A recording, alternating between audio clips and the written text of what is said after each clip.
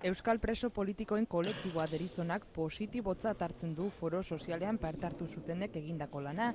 Bertatik atera ziren 12 gomendioen inguruan ordea, ez dute oraindik baloraziorik egiten, baina inflexio puntu bat izan litezkela uste dute. Barne prozesua irekiko dute horien inguruan hausnartzeko. Gomendioak eta bere garapen dinamika herriaren adostasun zabala eraikitzeari begira eta estatuen itxikeria aldarazteari begira mugarri berria izan daiteke. Kolektiboak gomendioa jaso eta aztertzeko konpromisoa hartzen du. 12 gomendioak batzen dituen dokumentua preso guztiei helaraziko diete orain.